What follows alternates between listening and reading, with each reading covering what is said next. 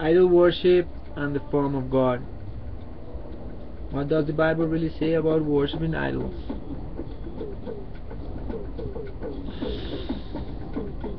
I'm going to make a big resume about this great article, which is just like to be and make it very effective, because we won't get anything just drifting around, giving our backs like anymore.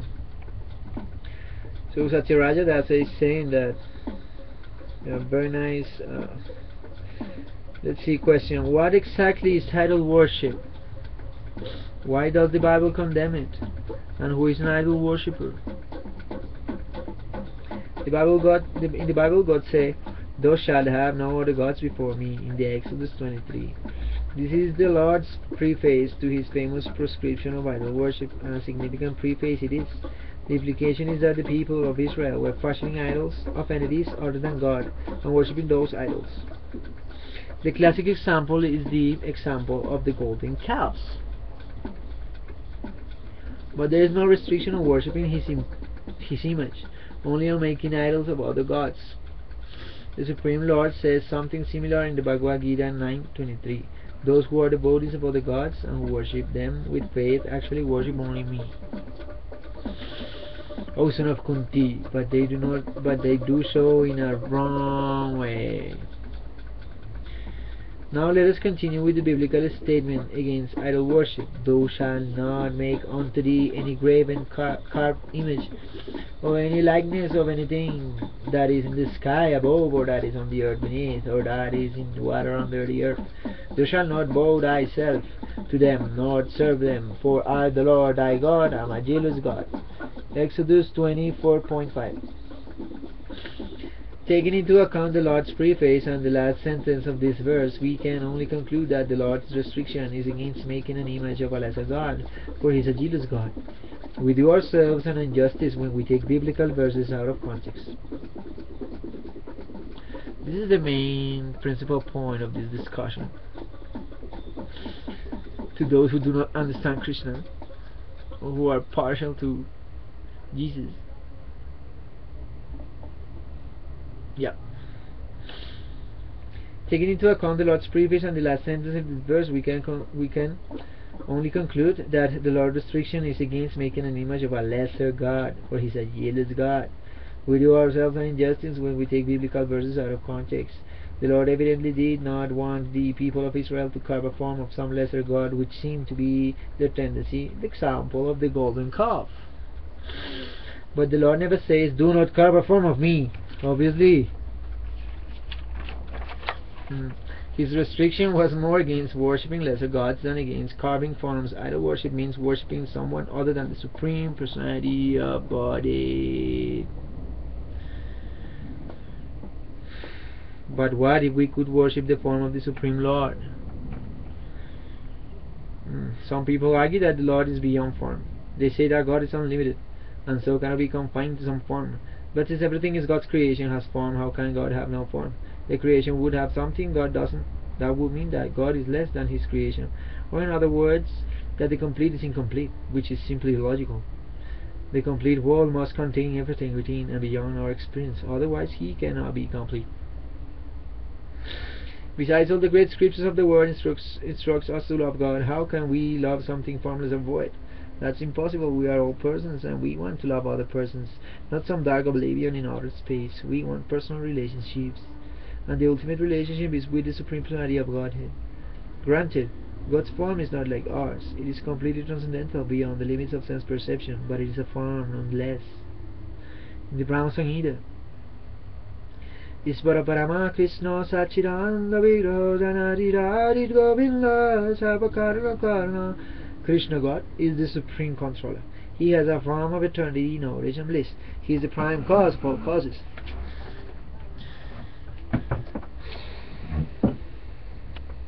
But religionists through the ages have projected their own limitations on the form of God. This practice is exemplified in the works of Moses Maimonides, the most respected biblical scholar of medieval times, who stated in his Mishra Torah that God is said to be in the heavens above and on the earth below, and so could not have a form. After all, main monetist reason, one form cannot be in two places at once. Hey, you know about this? I heard today from Prabhupada video that when Krishna is present in the earth, he's not present in Goluka. Wow, that's something nice to think. I mean, to give it a little more grasp.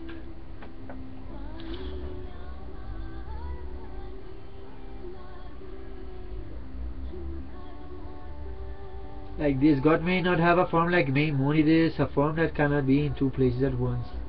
But that doesn't mean God has no form at all. In fact, He has an unlimited transcendental form, and a close look at the biblical literature reveals this quite clearly. Even though scholars like Maimonides have relegated biblical statements about the form of God to the realm of metaphor, in the Bible we read under His feet.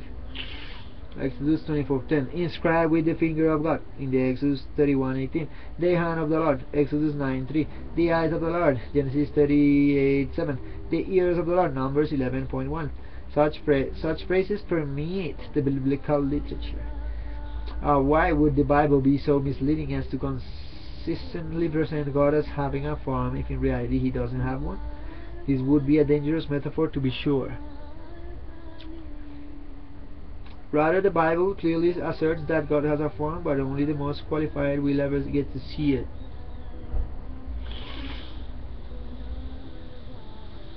Ye have neither heard His voice at any time, nor seen His shape, but not that any man had seen the Father, save he which is of God. He had seen the Father. John. This book 5:37, 6:46. Says, save he which is of God. He had seen the Father. Ezekiel 1:26 described God as having the semblance of a human form. In Genesis chapters 18 and 19, God appeared before Abraham, the father of the nation of Israel. Here God appeared in a human-like form, although the form is not elaborately described. In verse 1 of chapter 18, the Lord appeared to Abraham. In verse 2, we are told that Abraham looked upon him. In verse 14, while addressing Abraham, the Lord said of himself, is anything too hard for the Lord? This simple statement of God's defeats any skeptical idea as to whether or not God can have a form. He can do whatever He likes, and we should not try to limit Him by saying He can't do this and He cannot do that. God, in the form of a man, paid a nocturnal visit to Jacob on the bank of the Jabbok. In this encounter, Jacob came face to face with God. In Genesis 32, 24 to 36 to 38. This section of the Bible is wonderfully reminiscent of Lord Krishna's pastimes of wrestling with the cowboys of Vrindavan. Jacob is described as wrestling with someone who seemed to be a man, and who eventually dislocated Jacob's thigh. Jacob claimed that this man was actually God. He memorialized the encounter by calling the place Peniel, which means the face of God. Jacob said, I have seen God face to face, and my life is preserved. Genesis 32:30. Many Bible translators would have it that Jacob saw an angel or some divine being. They translate in this way because Judaism began to see God in an impersonal way, and so could not recognize that Jacob had indeed seen the face of the Supreme Lord. Yes, the exact Hebrew word Jacob used is Elohim, which unmistakably refers to God Himself. Moses also perceived the form of God, although he said that no man can see God and live. Exodus 33:20. God appeared to him. The Bible carefully relates that event. Moses then went up with Aaron, Nadab, Abihu, and 70 elders of Israel, and they beheld the God of Israel. Exodus 24:9-10. Moses and the men were shocked. They thought that seeing God meant instant death, but they survived. Moses obviously believed that he was standing in the presence of God Himself. In fact, Moses is elsewhere said to have seen the back of God. Exodus 33:23. If God can have a back, He can have a front. These terms have no meaning. If God is simply an amorphous being with no form or identity, and yet many biblical students today would have it that God is indeed formless. Of course, this impersonalistic theory goes against the original traditions of both Jews and Christians. Every good Christian knows that Jesus sits at the Father's right hand. Mark 16:17. Once again, the same logic. If He has a right hand, He has a left hand. Implicitly, God must have a form, and if God himself is or his intimate devotees reveal his form no stricter in the word, says that a lover of God cannot fashion a statue according to that image and worship it. After all, the form of God is not a thing of this world. It is not a graven image of a lesser God in the sky, of the earth, or in the water. In short, the Bible does not restrict us from worshipping God in his original transcendental form, and since God is absolute, he and his form are non-different. The worship of God in his original transcendental form, as revealed by the pure devotee and the scriptures, is called deity worship, and it stands a long distance away from idol worship. Although mystics of the Western religious traditions acknowledge that God does indeed have some spiritual form, even they are at loss in describing just what that form is. The Jewish mystics, for instance, say that God in his heavenly kingdom complies with the commandments, wraps a tefillin around his arm, and wears a prayer shawl. The Talmud is Rosh Hashanah 17b. He even studies Torah 3 hours a day to set an example. Abora Sarah 3b Talmud. Although most Jews are aware of these statements, they tend to make light of them, or once again to relegate them to the realm of metaphor. By the Shur, and other Kabbalistic literature developed these ideas further, clearly indicated that God does indeed have a transcendental bodily form. Christians are certainly aware of God as a person. Jesus referred to God as Abba, Father, in disarmingly personal way, so much so that Jews of his time openly ridiculed him for it. The mystic of Islam also declared that the form of God exists, while Orthodox Muslims, like members of other Occidental religions, denied altogether. Still, one champion of Orthodoxy, Al-Ash'ari, 9th century AD, declared in his creeds, "We confess that God has a countenance," without asking how. "We confess that God has 2 hands," without asking why. So the mystics of our religious traditions acknowledge the form of God, albeit without detailed information. But ancient India's Vedic literature, which predates the Bible, as well as the Quran, was written in a highly advanced spiritual culture, specifically reveals God's form, his features, his pastimes, and his personality. Of course, God's attributes are infinite, and words can only hint at his glory, but the Vedas supply man with more information than he can accommodate, to the point of enlightenment. At that stage, man sees Krishna, God everywhere, but that highly advanced realization is not to be imitated.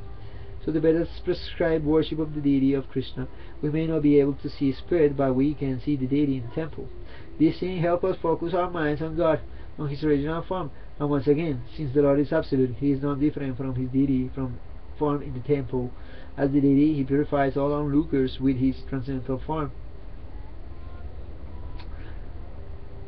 The Vedic literature vividly describes the form of God and his intimate personal activities. It's very interesting how Jesus takes this also.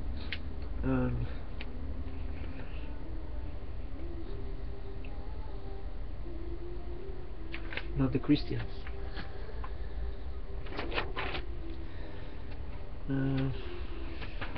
Continues. So, worshipping his form and give explicit details on how to carve deities, not idols, in his supreme image. The Vedas prescribe, he may become jealous when we fashion an image of a lesser god, but he is pleased when we worship him in his deity form. The form of Krishna, with his bluish hue, lotus eyes, glowing youthfulness, and pearl-white smile, is not fanciful, it is not an image, because it is not an imagined or concocted form. It is not created by an artist, a philosopher, or a mundane poet after seeing the beautiful panorama of the material world. Anthropomorphic ideas don't answer the question, where does the beauty of nature come from? Actually, the beautiful things of nature are reflections of Krishna's original beauty. He is the prototype, as he explains in the Gita. Yad yad vibhuti mat sattvam se madhujitam ibaba tattadi bhagacha tvam mamati jumsa sambhava. Know that all opulent, beautiful, and glorious creations spring from but a spark of my splendor. Krishna's form is not anthropomorphic, rather our form is theomorphic, fashioned after Krishna's form. We are made in the image of God. Now someone might ask, why do you accept these statements in the Vedic literature about the form of God? If we reflect for a moment, we can understand that every day we accept the statements of superior authorities on subjects we know nothing about. For instance, few of us have ever visited mainland China, yet we believe that it exists and that a billion people live there. We believe reports about China from magazines, newspapers, radio, and television. They are the sources of our knowledge, and if we wish, we can confirm them by going to China ourselves. Similarly, the Vedic literature is the source of knowledge that reveals Krishna's form to us, and we can confirm that knowledge as well by following the Vedic teaching in our everyday life and developing the vision to see Krishna directly. But to properly receive the Vedic teachings, we must approach a perfect authority whose knowledge is coming from the absolute truth, an unbroken line of spiritual masters. Then our knowledge will be perfect. This is our oral reception to a transcendental message through sound, of course. The realization. His Divine Grace A.C. Bhaktivedanta Swami Prabhupada was such a spiritual master, and he has given us authoritative knowledge of Krishna's form through his translations of and commentary on the Bhagavad Gita, Srimad Bhagavatam, and of the Vedic books. His books have existed more than 5,000 years, and by following them, many learned men and women have attained perfect knowledge of Krishna's form. For example, Brahma Samhita is a detailed description of Krishna's form by one of the most exalted persons in the universe, Lord Brahma. After thousands of years of meditation, Brahma met Krishna face to face. In his ecstasy, Brahma, unlike the biblical prophets, related what he saw as best he could. It's beautiful. Venum tam ravindadalaya taksham bharavatam samasambhuta sundarangam kandapa kotikamaniya vishesha shubham govindamadi purusham tamaham bhajami. I worship Govinda, the primeval Lord, who is adept at playing on his flute, who has blooming eyes like lotus petals, whose head is bedecked with a peacock feather, whose figure is beauty and tinged with the hue of blue lotus, and whose unique loveliness charms millions of cupids. Brahma Samhita Fact 30. Angani jasya sakalendriya vriti manti pashanti panti kalayanti chiram yaganti ananda chinmaya sadajwala vighasya Vigrahasya Govindanadi Purusham Namaham Vajami. I worship Govinda, the primeval Lord, whose transcendental form is full of bliss, truth, and substantiality, and who is full of the most dazzling splendor. Each limb of that transcendental figure possesses in itself the full-fledged functions of all the other organs, and he eternally sees, maintains, and manifests the infinite universes, both spiritual and mundane. Brahma Samhita 5:32. Experts in science of Krishna consciousness have carried the knowledge of Krishna's form through an unbroken disciplic succession. They encourage us to test the methods they prescribe and to experience unlimited pleasure by seeing Krishna's form ourselves, first in the deity and then within every atom. This is ideal worship, not the idol worship.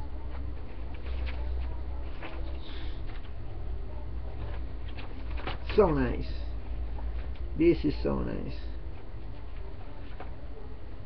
This is very nice. You can see out of the books Vedanta. Yeah. And please stop misconstruing this. Remember the old self would be the mild movies. The hero would rescue the innocent masses from the hidden idol worshippers. He would smash the idols, and we would feel warm all over.